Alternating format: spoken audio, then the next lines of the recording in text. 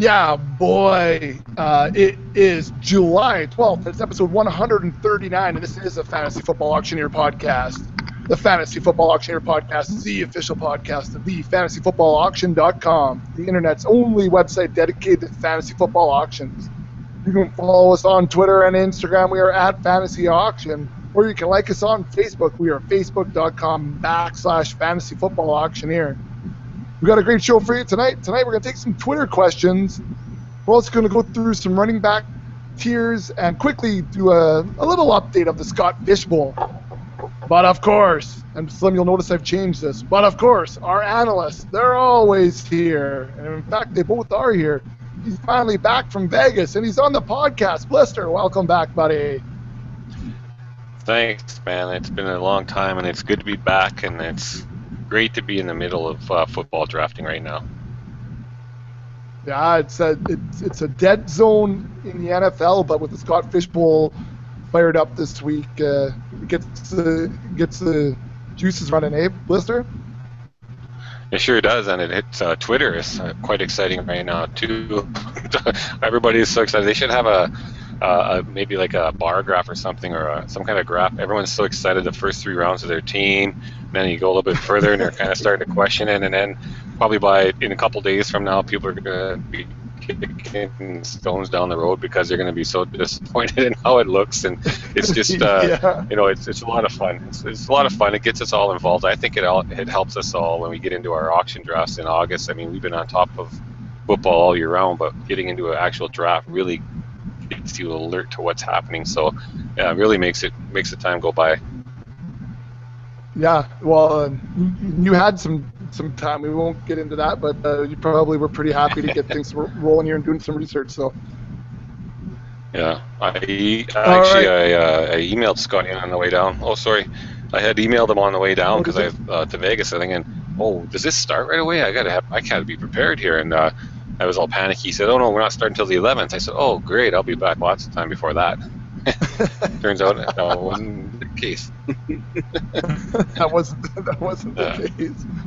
I just got a direct message from the coach. Just want to make sure everything's okay. Oh, it was a thumbs up. Why did I just? All right. Well, coach, there you go. You guys, your thumbs up came in live on the podcast. All right, and so Blister's here, and the guy who seems to always be here tonight, though, he's rocking the old school Iverson jersey. A little nostalgic, eh, Slim? Throwback Tuesday. Actually, I watched the documentary on Netflix too, and I don't know. It's my cutting grass attire. So I didn't. I didn't know we were having a gun show pictures today. So. Well, got a little sun this weekend, so. Oh, me too. Sleeveless is rolling here. I was just on the side note. I'm doing the cement work, and I sunscreen up because I sunburn like crazy. So I sunscreen myself all up, and I'm out there working, and I'm bent over all day, and I get inside of my lower back's sure sore from being down working on the cement all day, and Karen goes, I don't think that's why it's sore. And I'm like, well, why? And I have this burn right where my shirt had lifted up, right above my belt. I had the plumber butt burn, and it is just peeling wicked now. It's so gross. But welcome to summer, eh? right above the belt line, just like a snake. Well, that's different. I'll leave it. Anyway, good imagery. It's good. Yeah. All right.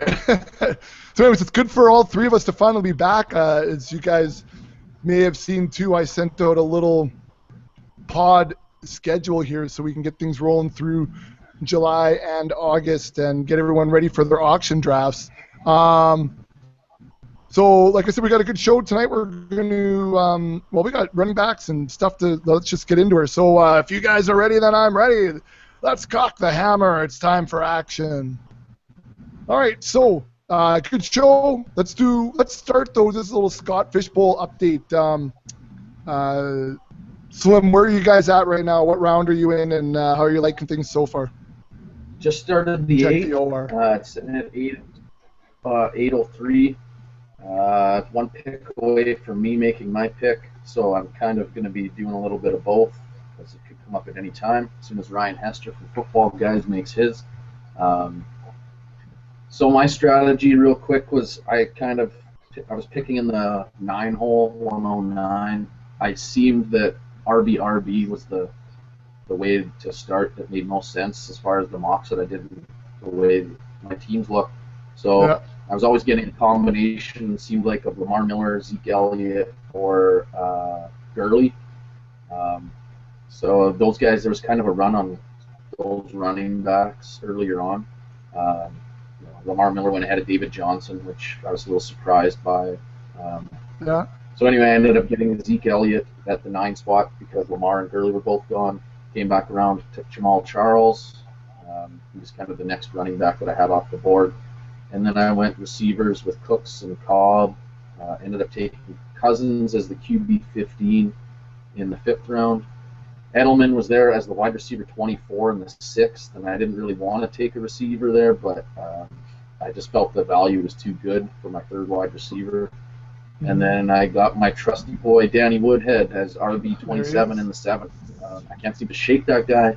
Again, the value just seemed to be there. So yeah, I'm just waiting on my pick here, and I think I'm probably going to go with the tight end. Probably, actually. It's about to go down right now. Oh, Colby Fleeman. That's probably who I'm going to take, actually. All right, Blister, how's your Scott Fish Bowl turning out? Well, we're getting near the end of the 5th round. I drafted from the 2-hole. I knew I wouldn't probably be around since the strip was extended, and to make that first pick. And I was lucky to be around for any picks, actually. But yeah, true story. So I had queued up only Julio Jones. I figured, well, I was probably going to take Antonio. I'm going to take Julio. But then I thought, well, what if he doesn't take Antonio? Then I don't get him. And then some other guy beyond me will get Antonio. I'll be devastated. So I thought, I'm going to change it around. I queued up Antonio and Julio. And he went with Le'Veon Bell, number 1. So I got Antonio. I was quite pumped. Come back at 211 with Jordy Nelson. Yeah, and 3-1. So 211 Jordy Nelson and 3-2 Keenan Allen. And then at that point, I realized that it was a full point PPR for tight ends. So I thought, ooh, that's good. So I was even debating going tight end. You got to know the scoring system. Yes, you do, and I never studied up on it this year. So I went with I was going to go Greg Olsen and Delaney Walker right there. I mean, they both get a lot of passes, and you know, for a guy who, if they get 100 passes, that's 50 more points than wide receiver who gets 100. So I went with Delaney Walker got sniped, so I took Greg Olsen, and then I come back instead and I took my first quarterback, and I took Tyrod Taylor at the whatever that would have been 5-2, I guess, maybe. So quarterbacks had started to go. I thought I better get one. Tyrod is a guy who can run the ball with that quarter point per carry. I know you guys might both have him. I'm not sure. I just thought he'd be good to get one under my belt now. Yeah, so that's where we're at. We're waiting on picks right now. I don't even know which direction I'll go next. If I'll grab I haven't got a running back yet, so might have to look at that, or I might go back and if Golden Tate's there, or another good quarterback, or tight end, I might go that direction with the next 2. All right, and I was drafting out of the 5 spot. When it got to me, Antonio was 1, Todd Gurley 2, Cam 3, Le'Veon Bell at 4. So I actually thought I might be hitting on Lev Bell at 5. I was like, that would be pretty exciting in this format of quarter point per carry and half point per reception. But Julio fell to me, and I know Slim, I was talking about going RBs. I just had a hard time not pulling the trigger on Julio there, so I picked up Julio at 105, and then followed that up in round 2 at 208. Probably a little bit high, but took Amari Cooper. I'm just hoping on volume there. Then as we get into 305, Jordy Nelson fell to me at 305. Blister, what did you take up? 211. 211, so a few spots after you. So my wide receivers are pretty stacked at that point. Moving on, I was kind of torn. Do I start taking a look at running backs? And then I'm like, the running backs were kind of wishy-washy. And as I looked down the list, it looked like a lot of the same guys. So I figured I'm just going to go wide receiver one more time. At 408, I took Brandon Marshall, so I'm sitting with Julio and Amari Cooper, Jordy Nelson, and Brandon Marshall as my first 4 picks. So wide receivers pretty stacked. Now, Slim had been really talking about this quarterback ADP, and it was really rolling 4th and 5th round, right, Slim? Yeah, man. I can't remember where I found it on Twitter. Somebody tweeted something about this QB ADP that they've drawn up. Chubb McGrubb?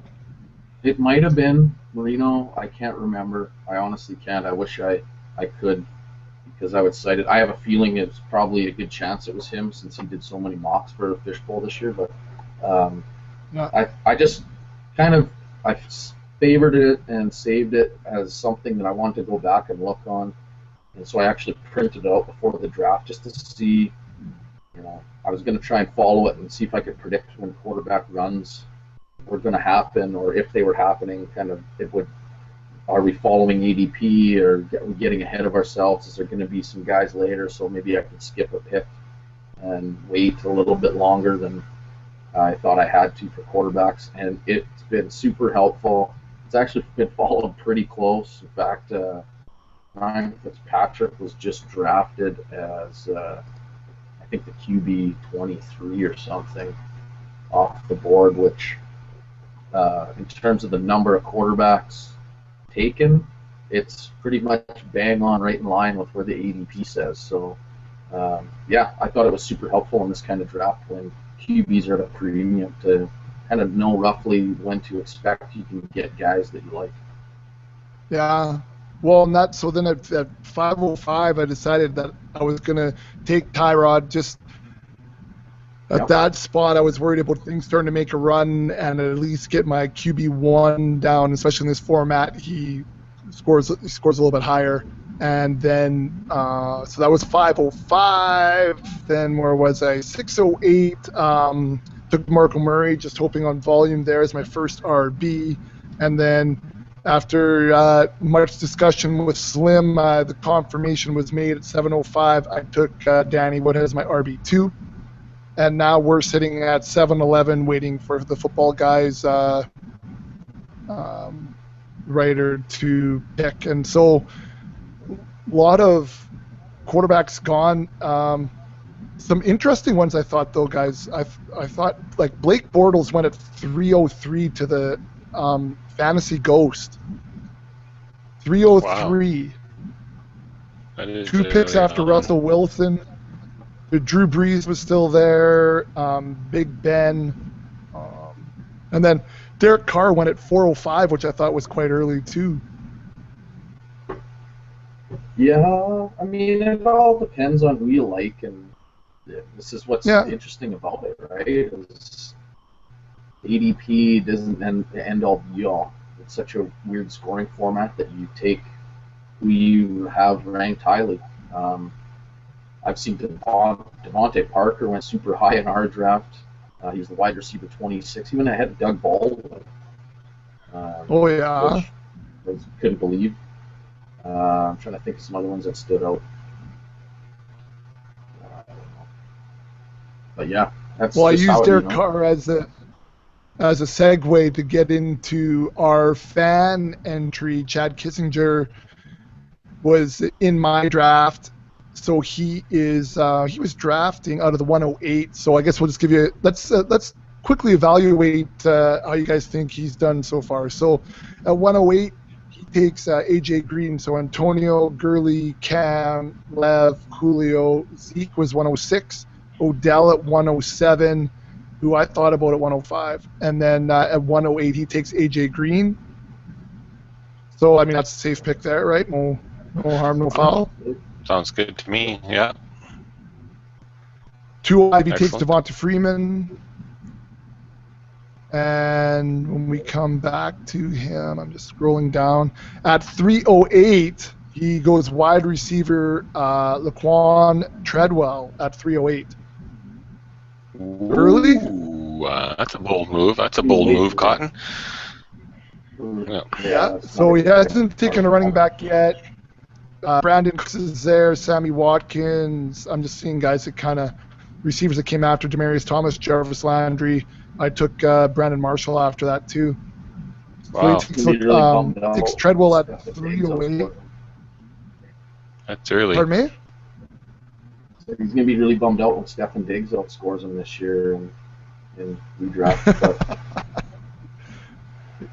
all right, then at 405, he's the guy that takes Derek Carr. He takes Derek Carr at 405. Well, hey, he's playing her. He's taking the guys he likes or wants. So yeah, for sure. Because at 508, and again, I guess pulling the trigger on guys he likes, CJ Procise at 508. Oh. Yeah. Wow.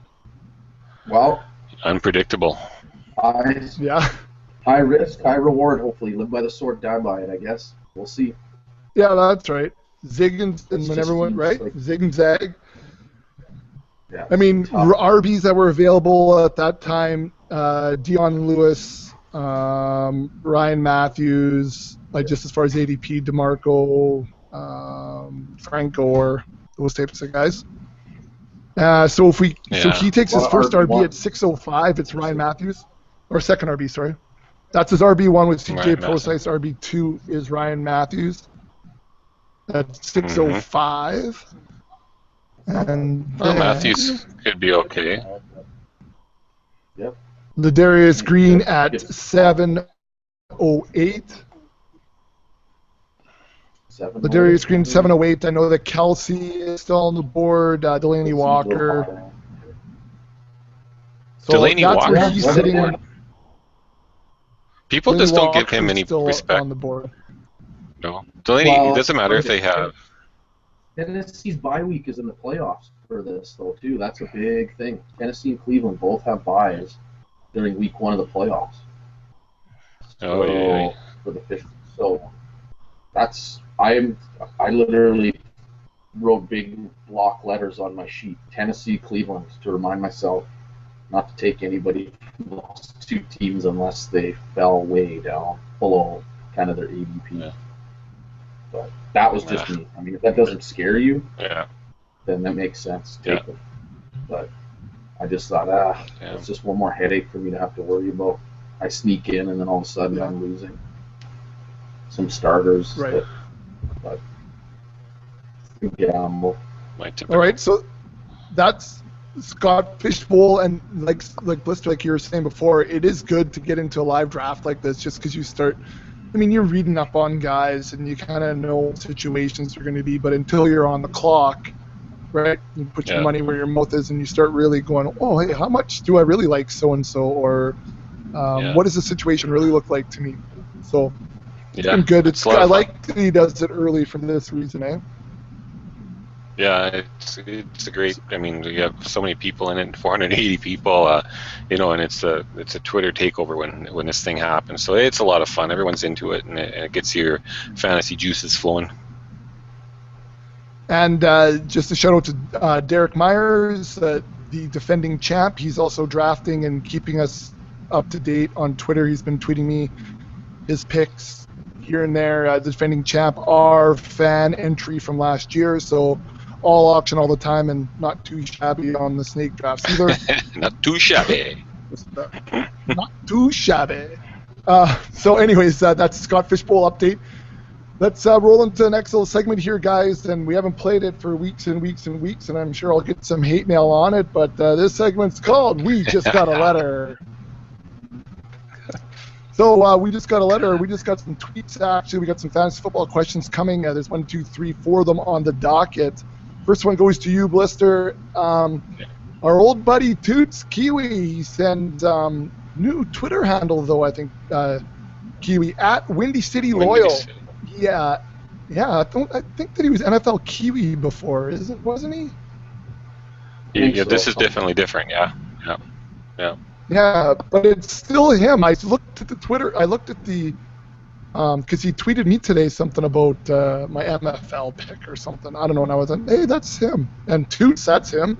Anyways, at Windy City Loyal asks, what's Blister's record-setting scoring strategy in the Scott Fishbowl 360? And has that changed now that wide receivers are only a 0.5 PPR? So Yeah, Blister, well, you know, segue from Scott Fishbowl. From the Scott Fishbowl into the Scott Fishbowl, I was looking at my lineup from last year because I take all my rosters every year. I draft the league and so I have it saved here. And wow, I can't believe my team was good. I'm just kidding. I had the first pick overall in my league last year, and I remember going with Adrian Peterson. And then I looked like I went and loaded up on receivers after. I had Alshon, Allen Robinson, Jarvis Landry. Yeah, Marvin Jones, and I don't know. I must have played the waiver wire. I'm pretty sure I did, and I remember picking up probably Jamison Crowder and Rashard Matthews off of Miami as well. Greg Olsen. So I know that I had the first pick. I thought I had to take AP because he was going to catch passes. I thought he would catch more than they gave him. Yeah. But and I played the waiver wire hard, and I did value receivers more so than I did my running backs. My running back 2 was DeMarco Murray, and then Joseph Randall, Charles Sims, Buck Allen, Matt Jones, and Toby Gerhardt. So a lot of those guys obviously didn't even see the end of the season for my team. I have changed it up slightly this year. Instead of, like, I've already drafted a tight end, which didn't happen last year that early on, because of the one full point PPR for tight ends. I mean, when you start crunching some numbers and the tight end that catches 85 passes. I mean, Delaney Walker is a good example, and Jordan Reed and Greg Olsen and Gronk, all these guys, their value is quite a bit more, and these receivers are devalued a little bit. I mean, 100 receptions for receivers now only worth 50. So right there, your tight end that catches close to that. You know, if they only catch 80, that's 30 points more than your receiver. So I do value the receivers. So far, I haven't picked up a running back. I mean, a lot of people probably don't realize too, it's a super flex league, so the quarterbacks are going early for that reason. So you can play 2 quarterbacks. Everybody will play 2 quarterbacks, so they'll probably try to draft 3. And in a 12-team league, if you're getting 3 quarterbacks, that bottom 6 are not going to be very good. Probably not even a starter. So I know I played the waiver wire for quarterbacks last year when they came up too, because I had RG3 on my original drafting and he did nothing. So I think this year I do value the tight end a little more. I grabbed one in the 4th round. I'm not sure where I'll go with my next 2 picks. There's some awesome receivers still out there, and all the running backs that are there are kind of hit and miss. They could be okay. I think the receivers that are on the board will outscore the running backs. So when it's the total point value is it's more important than just head-to-head. So I think you need to try to get the guys that are going to get you the most points. If I'm looking at choices right now, and I'm probably 15 players away, but you know, I could have a Ryan Matthews or Jeremy Hill or Latavius Murray. Those guys are solid.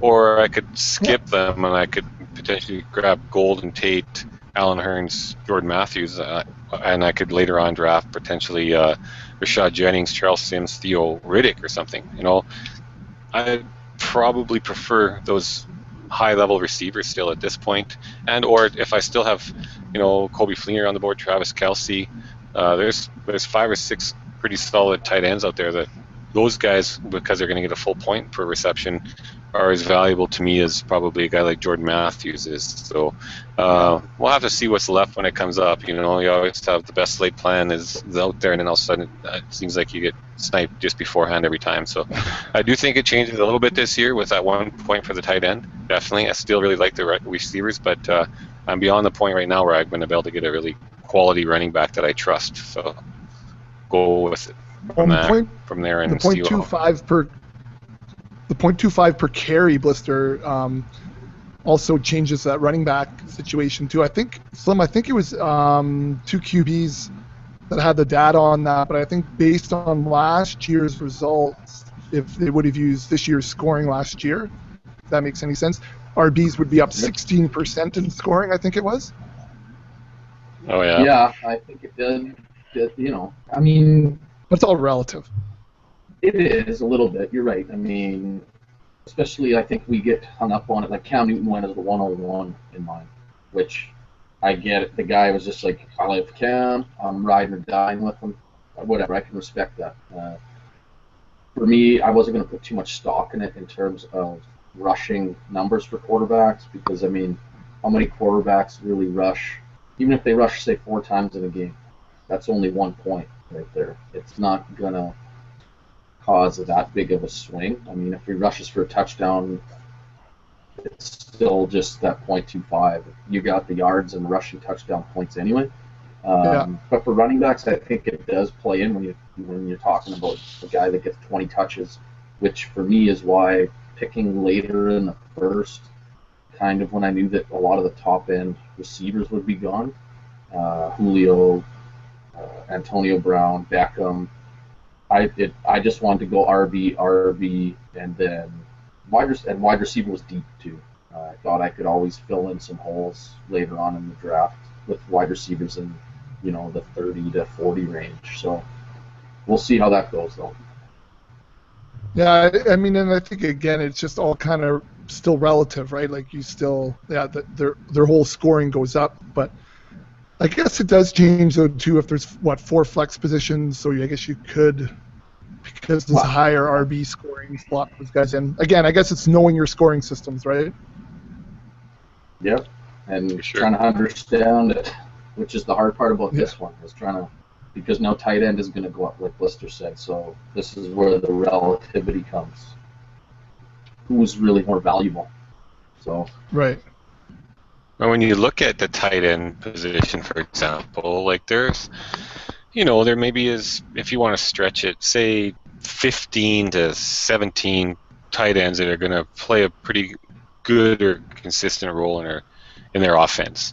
But then after that, it drops off. Like, yeah, you can draft in the 20 Kyle Rudolph or Safarian Jenkins or Jared Cook. All these guys, they could have a good game or two, but they're significantly dropping off from a guy like Travis Kelce potentially, or Zach Ertz if he comes around, or Eifert and guys like that who could be a big part of the offense, not just here and there.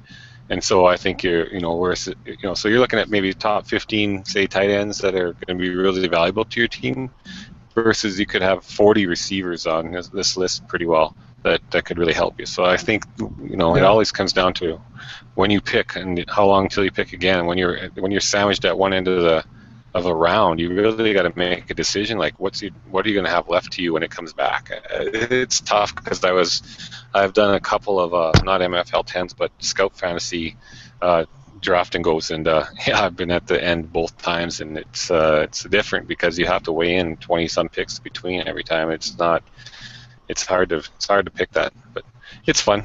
It's part of the challenge. Yeah, well, and I find when we do so many auctions and you get into the snake situation, it's nerve-wracking. Like, you got to be pretty gutty sometimes when you have to wait that whole 20 some odd picks to come back around.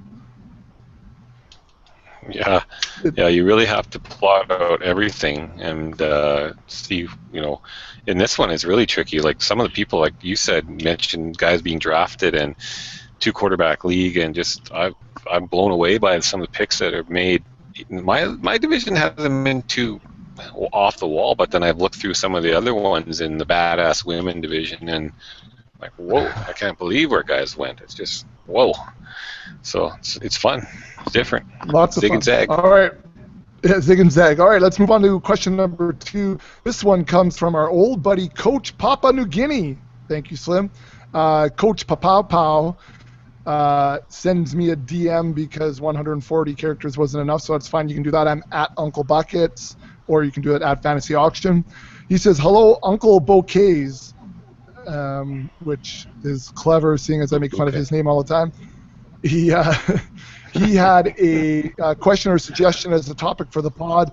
This is what he says. He heard it from a few different analysts, and it really started to make sense to him. He says, 2 available wins for your fantasy football team each week. The first is a weekly matchup as normal, and the second is against the rest of the league. For example, in a 12-team league, the top 6 scoring teams each week would get a win, and the bottom 6 would get a loss in addition to their head-to-head matchup. So this is something I think we've seen before. I mean, it's not something new, but he thinks, in his opinion, that it makes things a little bit more fair, and it fits right in line with auction leagues because they are inherently more fair to begin with. He says, thanks in advance and keep up the good work. So, Slim, what do you think of this type of, I guess it's not a scoring format, but scheduling format? Yeah, I think we've kind of seen that if you play in leagues on MFL. they offer a feature that you can incorporate with victory points. I personally never played in a league that does it, but you can assign different points for different things, and being high-scoring teams, things like that, would qualify for that. And I believe playoff seeding is decided based on your number of these victory points. Right. So yeah, I think it's been around. I think it's definitely a way to take away the swings. A bad week doesn't necessarily kill you. You can have a strong team and run into some tough matchups along the way and kind of always seem to be outscored by that top team every week. Could be a consistent, high-scoring team and not be penalized as much, and still have a chance to make the playoffs. So yeah, I think there is maybe some fairness to it in that regard. If that's what you're trying to do with your leagues, then yeah. I mean, I personally, I like it. Part of me, I like the idea of, it not being necessarily the most fair. Injuries are going to happen. You might have a good team and still might lose. To me, that's sports sometimes. And Yeah. We're playing kind of an offshoot of actual sports. So that to me doesn't bother me so much.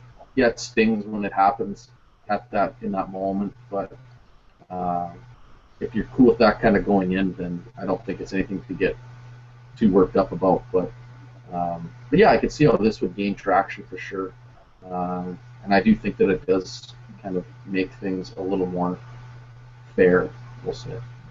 Blister, is this what we see in Auction Kings? I'm trying to remember back. Bang on, yeah. There it is. Yeah, that is the Auction Kings format we played in. This is year 2 of Auction Kings, and yeah, they have a point if you win and a point for the top 6 scoring teams that week. So maybe you lose, but you're one of the highest scoring teams, you still get rewarded that week for it. So it's kind of nice. And if you are lucky and squeak out a win, even though your team didn't do so well, at least you still get rewarded for that too. But the high scoring teams that's what it's all about too, and victories. So yeah, it's a fun format. Yeah. So there you go. I mean, I guess if you want to level it out, Coach, there's one way to do it and get that dialed in your league. So yeah, Auction Kings, yeah, it's been working. I gotta do a better job drafting this year on that. Anyways, let's move on. Blister, you can have question number 2. A little out of our regular auction question, but here it comes. This one's from Dave at Butsy888. He says, I'd love to have your take on IDPs that you would chase, must-haves or breakout potential. So, Blister, IDPs? Well, I tweeted him back a little, and I mentioned to him that we have our one league, our Dynasty League, runs IDP, and I don't put a lot of time or thought into the IDP and chasing after anybody for that matter. I think I've done well just playing the waiver wire and picking up guys, and I'm not tooting my own horn, but I have done well enough to win the league that plays with the IDPs. So, and it's worked for me. But I was just trying to look up some stats real quick just to back it up for him. So basically, what I said, I'm not really chasing after any particular players, but I watch the waiver wire. I draft. I find some other. We don't do a lot of work on IDP, so I'll outsource it to Fantasy Pros or somewhere else, or even to 4for4, and I'll see what their suggestions are for IDP guys, and I'll try to when we draft some of those guys according to what the rankings or projections are. But it's so different when they come out of college and what system they go into, or if the defensive team changes from a 3-4 to a 4-3, and if he's an outside linebacker or an inside linebacker, it depends on a lot of that. So you can't, a lot of guys that come out in the draft, like there's a lot of college players that get drafted in the first round that are defensive players that, all of a sudden they get to the NFL, they're in a different scheme. Not only that, but they're rookies and they don't, the hype is just, it's a hype, but they don't produce. So I was really quickly looking at our league from last year, and I looked up for starters the defensive ends, the defensive linemen. We have them grouped together, and J.J. Watt led that with our scoring with 113 points. Now the year before, J.J. Watt was a stud because he was catching touchdowns on offense as well, and he was probably closer to 200 points. But last year he only had 113, and below him we had 4 guys in the 80-point range, 3 in the 70s. So they're not huge points. Then from 9th to 25th, they were all in the 60-point range, and they were separated only by 8 points. So your top 25 More went from 60. tackle heavy, wouldn't you say? Yeah. Yeah, it's 60 up to Tackle heavy 113. scoring, right? Not big. Yeah. And if you look, and if you look at our top 32 in that position, 10 of those guys that are in the top 32 from last year right now are free agents. So they weren't even, or they were at the end of the season, or whatever the case may have been, or they are right now, I guess. So, they're not. It's not like you can't go out and just drop a guy and pick up a guy quite easily. That you're looking at in those positions, you're looking at averaging about 4 to 5 points per game. J.J. Watt being an exception. If you get anything over 5 points a game, it's probably a guy you want to hang on to, defensive lineman or defensive end. But really, they're quite replaceable. I switch over to linebacker, and again, our top player in our last year's was Levante David, 151 points, just averaged almost 9.5 points per game. And then they went down to 143, 135. I mean, there was in top 12, the lowest was 117. So there's a bit of a difference, but they're averaging 7 to 8, 9 points a game as a linebacker. So right there, if they're averaging, your top 24 are averaging 7 or 8 points per game versus your defensive end, defensive lineman averaging 4 maybe. If they're lucky, you put more money and put more weight and put more effort into your linebacker. On that thing again, we have 32 players listed, and we still have 5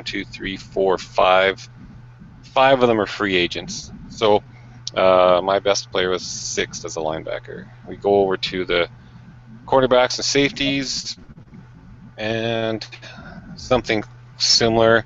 We have, I just want to wait for a second for it to come up. Of course, my computer probably won't want to work. Okay, same thing. Cornerbacks and safety. I had the top 2, and I know Rashad Jones. Corey Graham, I picked up off the waiver wire. I'm pretty confident in that. Rashad Jones, I may have drafted. They averaged. Rashad Jones is number 1, 9.8 points a game. Corey Graham, 8.0 a game, and then down to 7.86 again. So the linebackers seem to have more depth. There's more players that average 7 and above points per game. In the defensive backs and safeties right now, top 32 listed, we got 1, 2, 3, 4, 5, 6, 7, 8, 9, 10, 11, 12, 15 of the top 32 safeties and quarterbacks in our league are free agents right now. Why guys in our league hold on to guys that aren't on this first page, I don't even understand. Because there's guys out here that are better than them, and then they try to offer him as trade bait, and I say, why? I can get a better guy off the waiver wire. Why would I want that piece of poop? And when there's one guy, he's 8th right now, So don't put a lot of effort into it. Get what you should be good guys, but even when I drafted or picked up guys that were supposed to be highly ranked, I mean, the next thing you know, they're doing nothing, and so I usually just went to the waiver wire and subbed them out. So don't put don't rack your brain too much over IDP. I don't think you need to. The best ones, the biggest point getters you're probably going to get are your linebackers most consistently. That's all I got. You guys can add to that. Yeah, well, and Slim, I was just going to say that's probably advice in particular to tackle heavy scoring, right? So big play scoring would probably look a little different. Yeah, I mean, we play in a non-big play league. It is tackle heavy, and even the tackles aren't worth a lot of points. Yeah. So what I think is you go after defensive ends. Those are the guys in most leagues, if it's fairly balanced scoring, that are going to get you the biggest points and that are hardest to come by. The studs that are going to be impactful defensive ends are going to be hard to come by. So yeah, if I'm going to spend money on IDPs, I want to target some stud defensive ends because, like Lister said, linebackers deep. I know I can. Maybe I get one true linebacker one, and then I can sub in some of the depth guys, and I know a couple of guys will merge. Defensive backs, I don't even really worry about. They rotate around so much that in terms of playing time and scheme fit and everything throughout the season even, that you can pretty much just go and plug and play guys throughout the year. I mean, it's going to be tempting to go after somebody like Tyrann Matha or Rashad Jones or something like that, but there's going to be some serviceable guys that you can find if you want to spend them on your offensive players even. So yeah, that's kind of my general strategy with those positions. Yeah. All right, and yeah, I know I suck at IDP. I don't put enough effort into it, and I know I should. And so yeah, I'm crap shooting, rolling the dice. And if you look at me right now, I don't even have a full IDP lineup, and waivers are closed, and so we're just waiting and crossing our fingers and hoping. So that's my input for IDP. I need to do more work on it. I know that's a weak point in my game for sure. Let's move on to the last Twitter question. Let's start with you here, Slim. This one's from Matthew Cooper at Koopaloop5. His question is, so what are your thoughts on RB0 strategy with regards to auction drafting? And then the second part of the question is running backs that you might target with this strategy in mind. Go. Love it this year. I don't know if you want to go full all in. It's kind of daunting for some people, and rightfully so. I mean, you're definitely rolling the dice. But I think if you look at running back rankings, and we'll probably get to it here, hopefully very shortly. Hopefully, yeah. It's taken a while for us to get here, but if you look even down past RB20, there's a lot of names. I'll even go past RB24. So right now on our site, our RB24 is Jeremy Langford. He's a guy that I like in a RB0, but even if you want to go deeper, Jay Ajayi's down there, Giovanni Bernard, Frank Gore, Matt Jones, Charles Sims, Theo Riddick, and I'm assuming PPR, Chris Ivory down at RB37. Those are all guys that, to me, if you got 4 or even 5 of those guys, you're going to be able to build a solid running back group every week.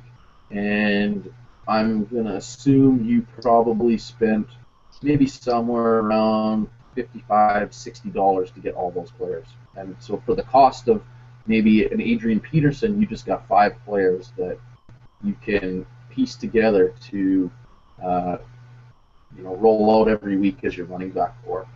And that's where the allure is, I guess, of doing this strategy. And if one of those guys gets hurt, no big deal. Frank Gore gets hurt, and you want to go and get Ferguson, okay, go ahead. He's going to be free. So. All right. What do you think? What do you think their blister RB0? Yeah, I think it's tough this year. There, you could, like last year and I think the year before, I was all for that, and I think this year you could be too. But I just feel like there's so much depth at wide receiver that if you want to spend on one good running back and then go wide receiver heavy after that, it's not a bad strategy either. But I don't have any problem with running back 0. And like Slim said, you drop down your list here, and you might be looking and targeting like he said, Jeremy Langford, Duke Johnson would be a good one. Danny Woodhead would be very serviceable in PPR, and guys like that, you could get a bit of, you might get a bit out of Rashad Jennings and Justin Forsett, and then when they inevitably get hurt, you just kick them to the curb. But maybe you're picking up those guys for $7 or $8 versus $50, and then you fill your bench with guys like $1 guys. Like last year, I had David Johnson, and I sat him on there all year long, thinking when he gets his chance, he'll be good, and he was. It helped me in the playoffs. But there's guys down there like Carlos Williams would be a guy that you could have there. Put some money into Theo Riddick. He might be more than $1, but I was looking at Kenneth Dixon would be another one, Jordan Howard, Kenyon Drake potentially, Ferguson, DeAndre, not so much, Keith Marshall again, because there are like Matt Jones. I really think he's a fumble or two away from getting to the bench, and if Marshall can play, I think there's not a lot of guys there. So if you can afford a few spots in your bench for $1 guys like that have potential to play, sit on them, hold them, because by the time you guys get banged up, then these guys can be very productive for you. So there's a lot of talent out there. Just make sure that when you do that you really buy the best guys and the guys that you like, that you invest your heavy money into.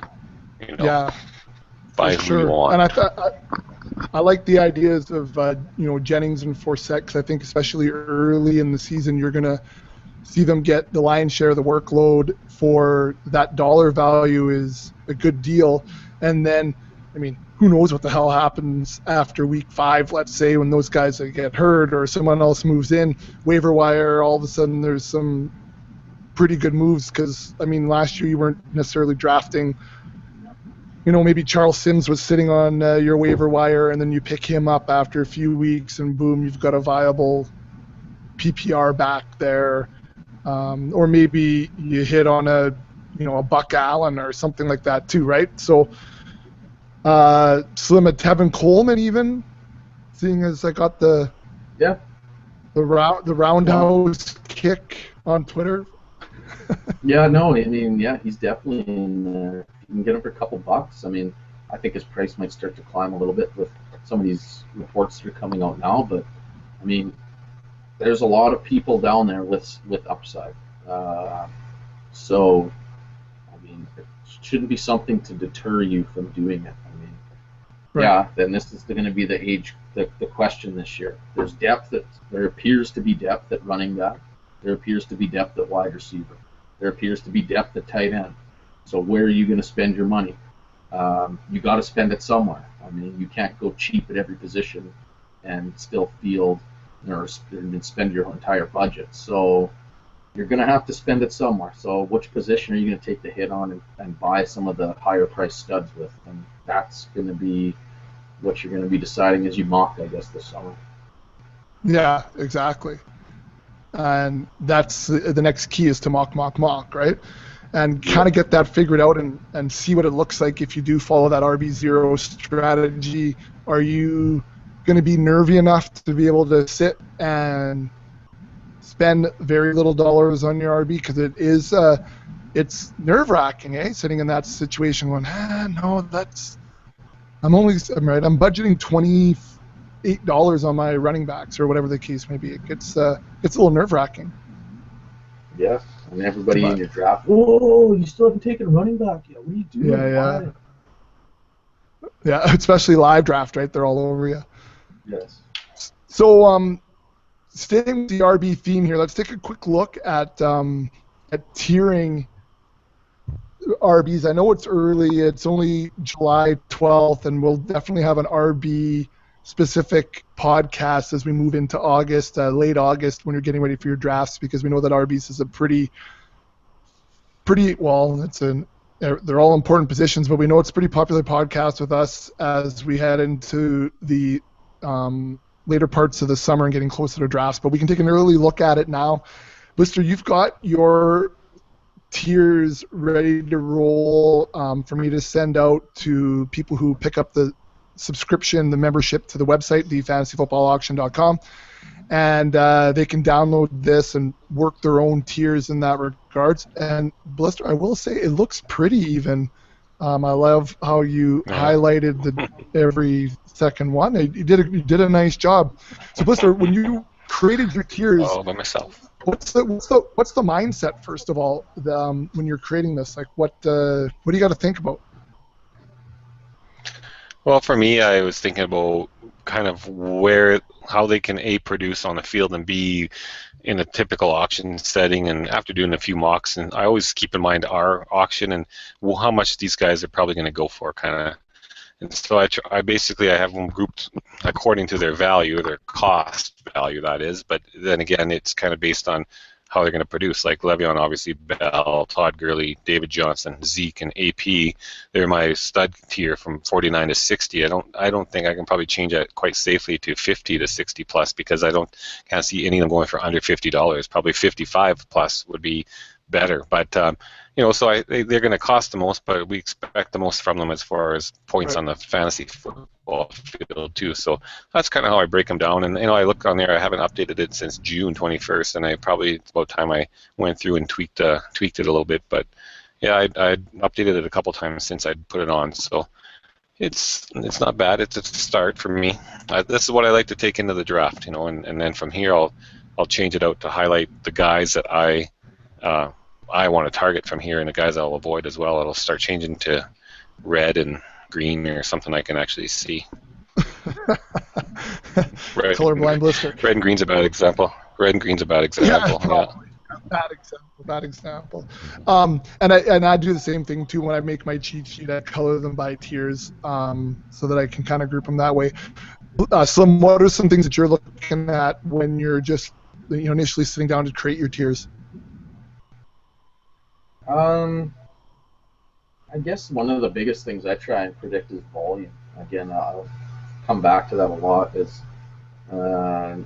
volume is one of the key metrics that's going to correlate to fantasy success. I mean, there's not really many that can predict how a player is going to score in fantasy football, but volume is the one sure thing. you need the ball to score points. So you've got to look at situations and you've got to look at opportunity, and try and predict these players that have potential to get the most volume. After that, then it just comes down to, a lot of times you're splitting hairs, and again, what's the skill set of the player like? How do you anticipate them being used in the offense and things like that? All right. And I guess I'm kind of the same thing too. You're looking at different projections and any sort of changes in the system, maybe, in particular with the RBs, any movement to the O-line, offensive philosophies because of coaching moves or those types of things. And then for me, I'm just kind of looking for those natural breaks in my own, where I like them. And so where Blister kind of has them dialed in as far as what the dollar values are on mine, on my cheat sheet, which members can download and use, and the actual one that I bring into the drafts, is that idea of just where's a natural break for me, like these are top tier guys, these are next tiered guys, and not necessarily based on the dollar values or whatever. Then I'll take a look at after how much I'm willing to spend in that tier, but I do a natural break first, without dollar values, just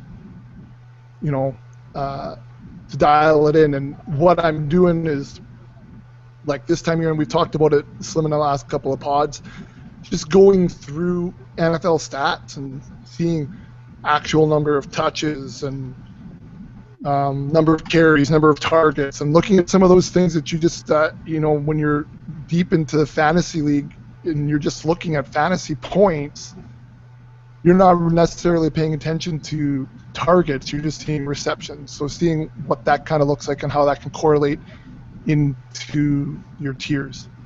Where can we go from here? I'm just trying to think now, like, we talked about zero RB and some of those late tier guys.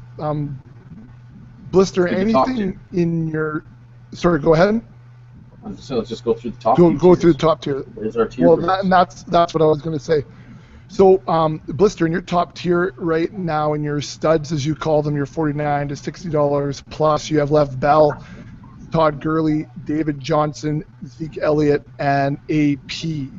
Talk to us about your top tier and why those top 5 guys belong in that tier by themselves. Well, I think those guys are going to be getting the bulk of the work for their teams. There is always question marks with everybody almost in the top 2 tiers, you could say, and beyond. But Lev Bell has injury history. If he comes back, though, he knows what kind of stud he can be. Often goes 1-1 in a snake draft or in the top 3. Todd Gurley, the offense should. It's hard to say. I mean, he's got a rookie quarterback. You want to get the ball out of his hand quick. He's probably going to get a lot of carries. David Johnson, he's still got a couple guys there to, potentially could steal touches from him, and Chris Johnson and Andre Ellington. Zeke, it could be a big beast right out of the gate. And I heard they want to, everything says right now that they're going to ground and pound. And AP, he consistently.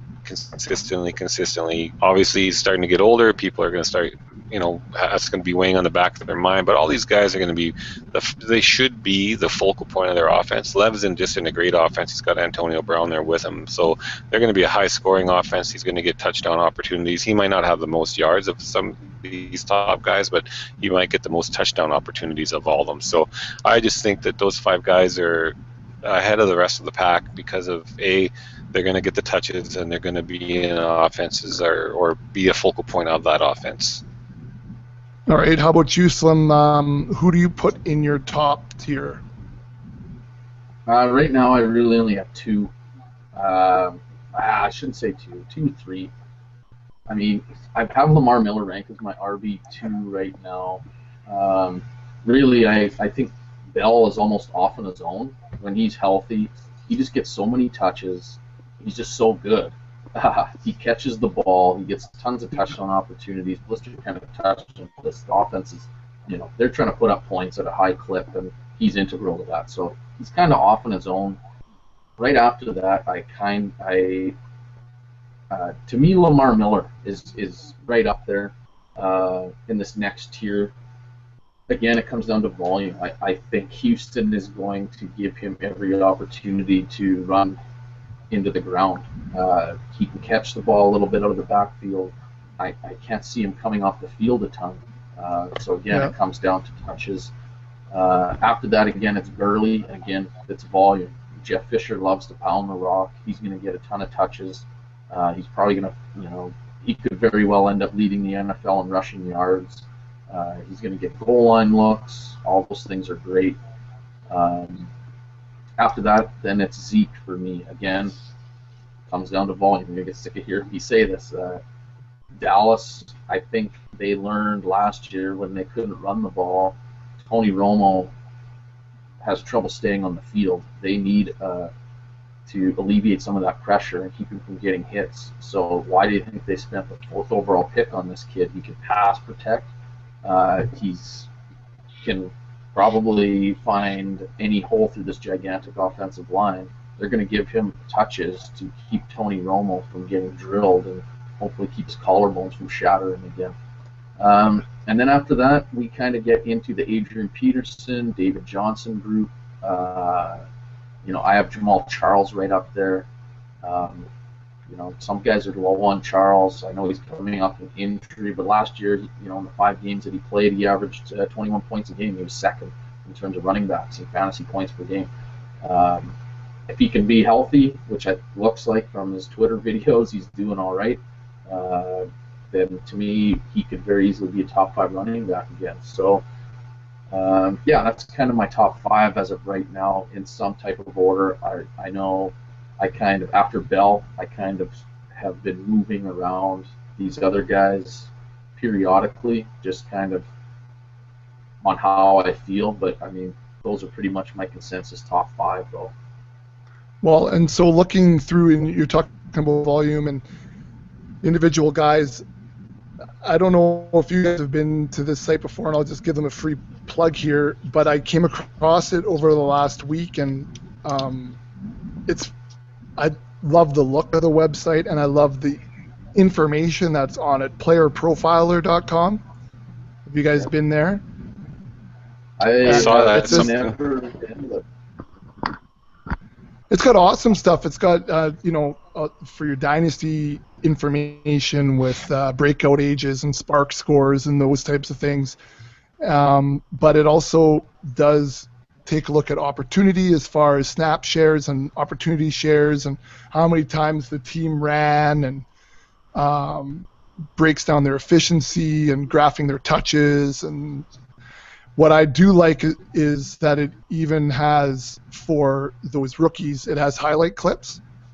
So you can play clips of the guys as, in their college games, which is interesting to have a look at too. So I think that is a neat little site to use when taking a look at individual players and where you want to rank them in as far as your tier. So right now I'm looking at David Johnson, for instance, and he played in 44% of the snaps, and he had a 35% opportunity share. His team runs the football 451 times. It's ranked 9th in the league, et cetera, et cetera. So I think that stuff's pretty good because it breaks all down really nice, and the look of the website's really nice too. So kudos to them at Player Profiler for putting out a good product like that. Move on to second tier here, Blister. You got Freeman, and Miller falls into your second tier. Jamal Charles, the muscle hamster Dougie Martin, P90X is in there, CJ Anderson, and Mark Ingram. So talk to us about your tier 2 as labeled next best. Well, I think they're all very good options. As running backs, I think they're going to be very pricey. I see a lot of them going in that $45 range. Jamal Lamar probably going to go at the top end of the $40. Devontae Freeman right now, I think he's going to drop a little bit. The more you read, I mean, it's hard to believe because he had such a great year last year, but they expect that they're going to get more out of him by giving him the ball less. Trying to give, Tevin Coleman was having a good year till he got hurt, and he started the year off as the lead back there, and I do think he's going to get his fair share of touches. So Devontae Freeman, he's going to be garnering $40+, but it's going to be kind of a scary proposition when Tevin Coleman is there, and Freeman's not a big guy either, so I could see that he's a bit scary. Doug Martin, I mean, he was pretty solid last year, I think second in rushing yards in the league. Eddie Lacy, everyone is going to be excited to see. I mean, he's supposedly in great shape coming into camp and all this stuff. So, I mean, the guy has got everything going for him. He's in a great offense. He should be producing, but if he continues to eat too much, I think that could hurt him. But there's not a lot. They didn't bring anybody in, and there's only James Starks behind him, and he's not that scary to me. C.J. Anderson, if everyone's was burned by him last year. They expected everything out of the gate and didn't come, but he did turn it around partway through the season, had a good playoff run. So CJ, I mean, he's a guy that people aren't going to be racing after, but if you can get him all of a sudden for $38, I mean, he could potentially produce like these other guys, except for now it's a lot different. I mean, Peyton's gone and Sanchez is leading that offense, so it's probably not that scary of a passing attack. So they could stack the box on him, and it could be tough sledding for him. And Mark Ingram is another guy too. I mean, he consistently, when he's been healthy on the field and he's in a great offense, he puts up numbers. It's just that he doesn't seem to be able to put 16 together. So all these guys are quite good. I mean, they all could potentially be. They should potentially be RB1s this year. They all have that potential to be top 12, obviously. And it's just they're not studly like the guys I have in my first tier. Studly, not studly. Slim, who do you have who's not quite studly? Well, I'm just kind of going quickly off the unsorted rankings here. Yeah. A lot of the same names that Blister had. Like, Doug Martin falls into there. Mark Ingram, Devontae Freeman, LaShawn McCoy, Eddie Lacy, kind of that mix of guys. Yeah, I mean, and those guys they're not guys that you'd be bummed out to have, I don't think. So this is like I said, the RB is going to be pretty deep, I think, this year. You're going to have to try and cipher through and pick who you like. I mean, is this the year Doug Martin kind of falls back, to where he was a couple of years ago in terms of being labeled that bust? Is Eddie Lacy going to actually, this weight loss going to do anything for him? Is LaShawn McCoy going to hit this age clip that everybody keeps waiting for? To me, this is just kind of, there's a lot of question marks in this group. So I think either you pay up to get one, or you just kind of avoid this whole tier and slide down to the next one, where I think you're going to get a lot cheaper options with hopefully very similar results from some of the names you're going to start seeing. I'd like to apologize. Anti Buckets doesn't know. Too many P's. Oh, this podcast is now not a family show. Okay. Right. Wow. I'll have to see you guys when it's springtime in the Rockies. Everyone, our ratings just went up. What the hell is Blister? I don't know. Nobody watches. Yeah, Blister. You might want to close your eyes. Your heart can't handle this. By his intoxicated just came home. I don't know what is happening right now. Studio. Did you have a good time, Auntie Buckets? Oh my God, Pam was so funny. She was telling us why she was Mama Zoomies. I couldn't believe her. All right, I'd like to introduce the listeners to Auntie Buckets. It's their first time appearance. We'll have about 4,000 people listen to this. Can I get a woo woo? They're not watching live. 4,000. Talking fish. I hope they're watching. Okay. That's all I gotta say. Okay, how's the house? Well, welcome home, Auntie Buckets. That is awesome. Oh, she's coming back. Oh, it's bedtime. She's out. Whew. that. You gotta We go. better wrap this up, man. You're gonna be passed out by the time you get in there. Yeah, I know. Yeah, I know. yeah. You take advantage of the What? window. No. What the hell? I have a lot to cut out of the podcast. All right, anyways. Where's the road warrior? Yeah, well, the Road Warrior actually, he was tweeting me earlier today, the Road Warrior. I don't know if she's doing some sort of So I will say that in her defense, loyal listeners, if you're still listening after that debacle, my wife was out at a local resort, a little bachelorette party for a coworker. Free pour Long Island teas typically, well, that's pretty much what it looks like, Catch up right? to a fella. So for women, Or lady. buckle up. Yeah. Not gonna lie, yeah, they can catch up. You guys in the U.S. of A. are used to that free pour business, but us Canadians, the heavy beer, but they measure Still out doesn't. 3/4 of an ounce for an ounce at the local establishments. That's why we drink so much beer. So, anyways, we'll call that a. Where was I? I don't even know where I was anymore. On that note, anyway, so it's a look at the first two tiers, guys, and we are at least an hour in. Ah, yes, tiers. Anything else you guys want to add at the RB position right now, early or mid-July, of any interest to you? Or any key things you're going to be looking at as far as training camps go? Oh, definitely. I think if you're looking at training camp battles and things like that, you have to pay attention to Isaiah Crowell, Duke Johnson, stuff like that, Gio, Jeremy.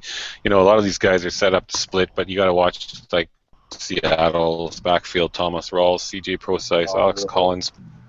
Who's gonna be is there somebody that's gonna emerge? And if you're getting into any of those situations, like sometimes the best way to deal with those things is to avoid them.